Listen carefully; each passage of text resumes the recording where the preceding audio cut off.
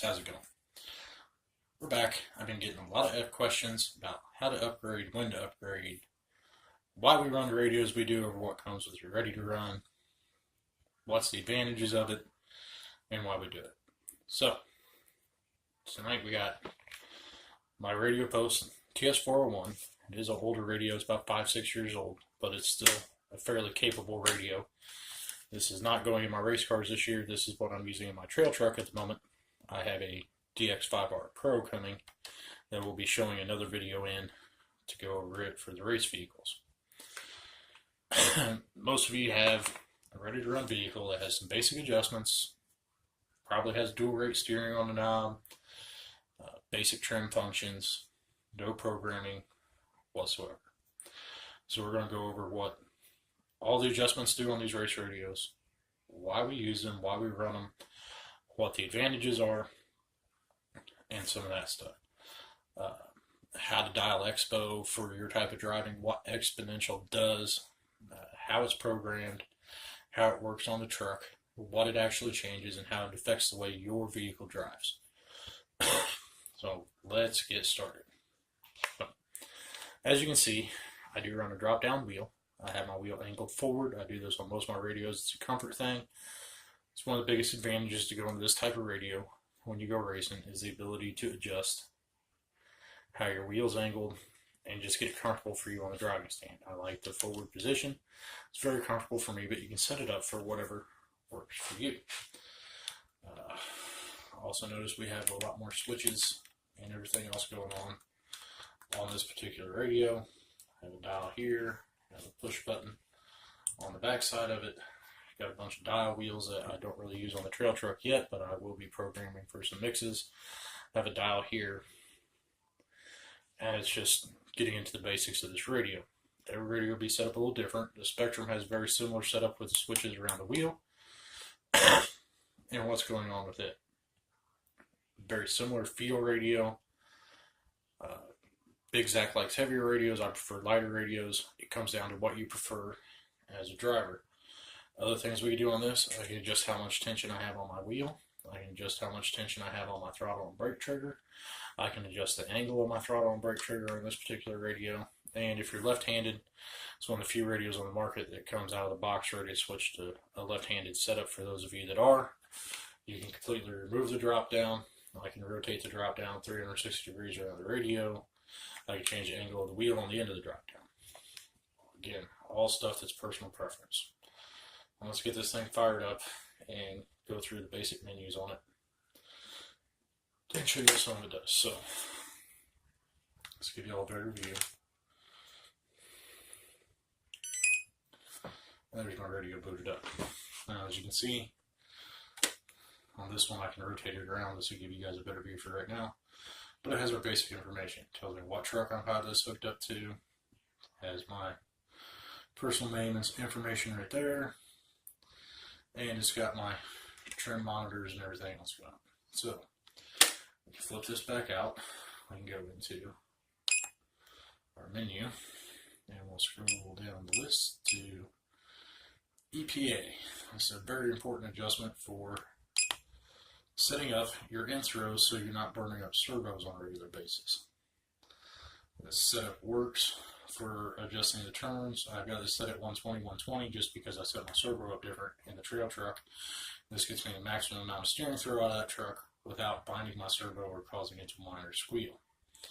Then we have the same thing for our throttle trim, which as you see I have my brake set at 66%.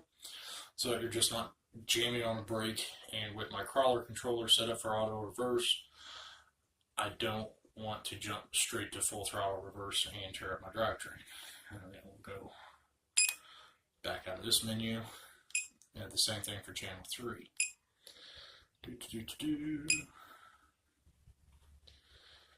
Go back up here.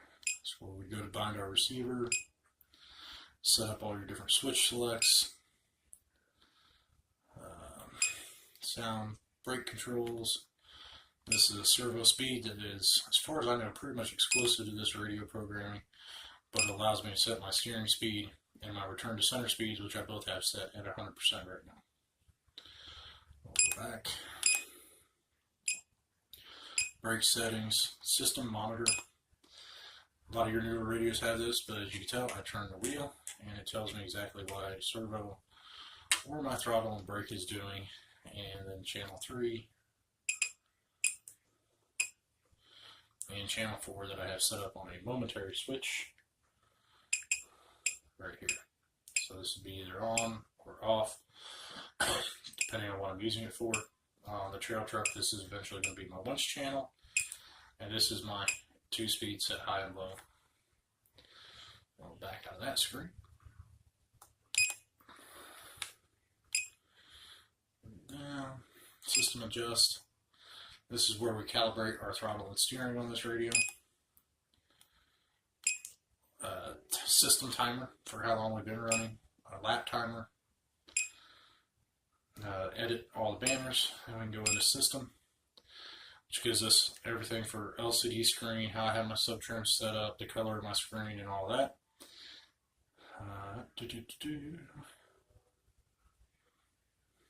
Back. And we have our advanced menu, which goes into more advanced radio settings, ABS,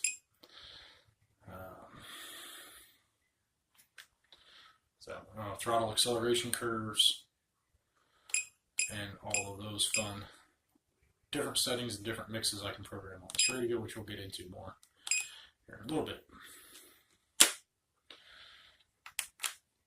Those are the basics on this radio. I'm going to get everything set up, and I'm going to show you guys how Expo works, mostly on the steering because it's the easiest to show in real time. Once I get the truck set up on the bench, we can actually see how it affects our servo. Exponential takes your controller from being a linear rate, which means if I turn the wheel a little bit around center, I get a little bit of steering throw, and it's completely linear all the way to the top of my curve.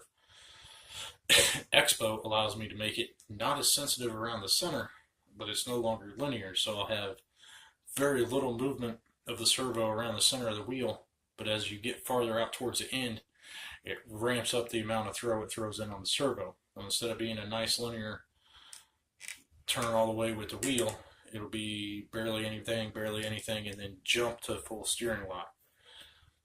Advantages of that on the racetrack are it can keep you from oversteering your car. It can help tame down a twitchy setup on your car. It can also aggravate handling problems with your car if you're not sure what you're doing. I run very little Expo on the track. However, with the trail truck, to tame down some of its top heaviness, I do run just a little bit of a curve to help keep the truck calm in high-speed situations, which high speed for a crawler is about 20 miles an hour. So, but it does help tame the truck down because we have such a massive amount of steering throw in our wheels. Now we're going to set that up. I'm going to get the truck set up here. I'm going to show you guys what different Expo curves do on the actual truck. Alright guys, we're back. We have our radio set up here on our EPA screen, and we have the truck. So right now, those are my EPA settings for this truck. 138% to the left and 150% to the right. And that will give us full steering in both directions without binding the servo up. So, which is what you want. But for right now, we're going to go click here, and we're going to crank the left steering all the way up. And what you'll see when we turn to left, you'll hear the servo really start screaming and whining. That's bad. That's a stalled servo, and the servo starts generating a lot of heat, and it's just not good. So we'll back this back down to 138. And we'll hit set. Now, you do the way the servo mounts in this. If you look, the servo horn is not 100% centered in the truck just because of the way they have the panhard rod set up. So left and right.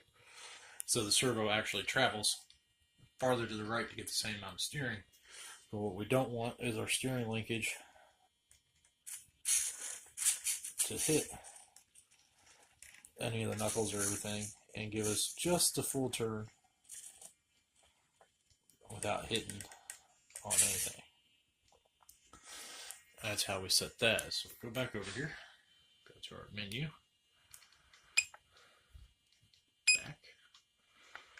And we'll go down to the big discussion, which is Expo.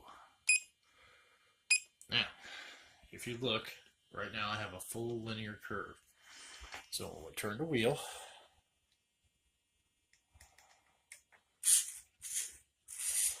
Everything is nice and linear, and you can watch the graph move. The red arm is where the servo is actually trying to get sent to. So if we zoom in here, and we hit set, you notice everything changes. So if we go up, we can see that we actually have a curve that's much more aggressive around the center and then drops off as we go. So right around center on the wheel, notice how little I have to turn the wheel to get a lot of steering out of the truck.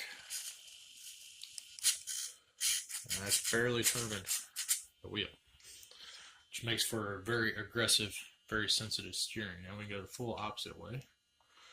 Now we're at 100% positive. Take this to 100% negative, and you'll notice that it takes a lot of steering wheel input for the wheels to start turning. Yeah, a lot. And then it jumps to the last part of the curve. And if you look at our little graph, you can see that our line is flat through here, which makes for almost like a really big dead band, and then the steering jumps aggressively. Not ideal situation, but it can help tame down the truck. Now, I typically run at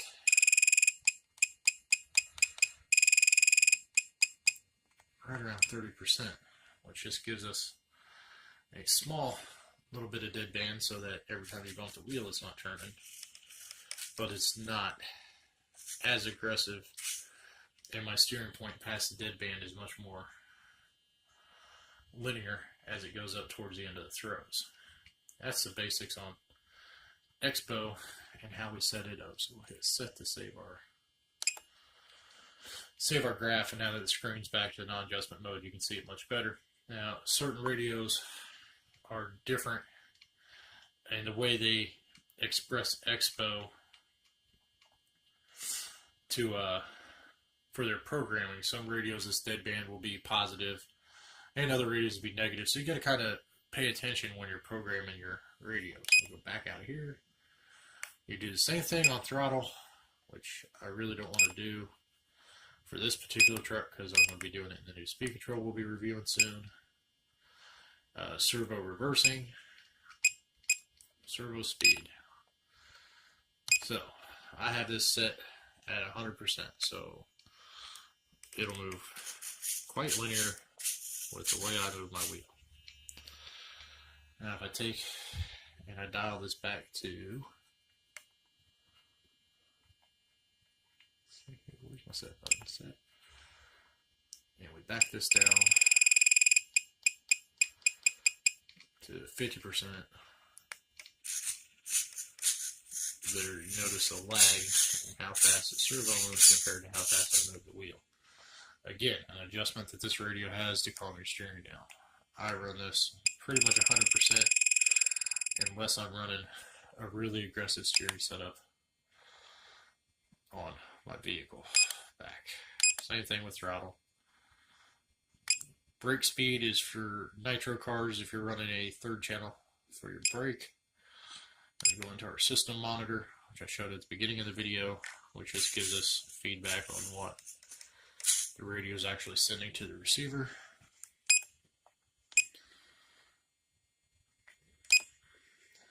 This is our programming mode on how to set the deadband and adjust this particular radio. That varies from radio to radio. Go back. Alright, sub-trim is where you would center a servo. It's different than your trim. It's just for centering your servo, so you don't have a lot in it. It's 93%, but that is not much movement on this servo. That's about one full, not even one full notch on your servo horn so that you can get your steering centered so you don't throw a bunch of trim in it. Dual rates. So,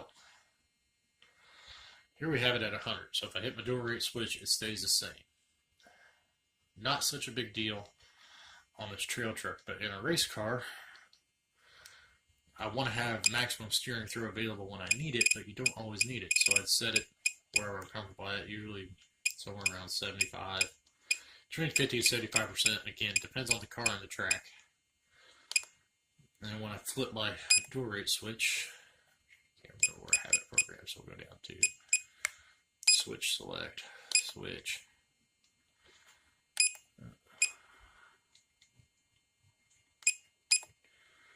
So I have trim. So we'll set DT3 as our dual rate switch, which is going to be the one on the front of the radio. So back out of here, back.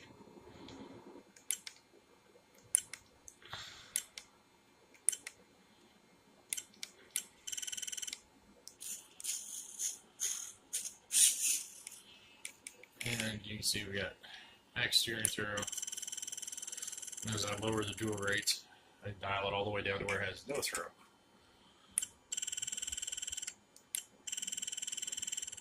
Take it back up to 100, you can watch the wheels slowly turn. That's how our dual rates work. And it's fully programmable. But that's what we use, the basic adjustments for our radio. This video is getting kind of long. If you guys want to see more detail on how all this stuff works, leave a comment below and let me know. Remember to like and subscribe, and y'all have a good afternoon.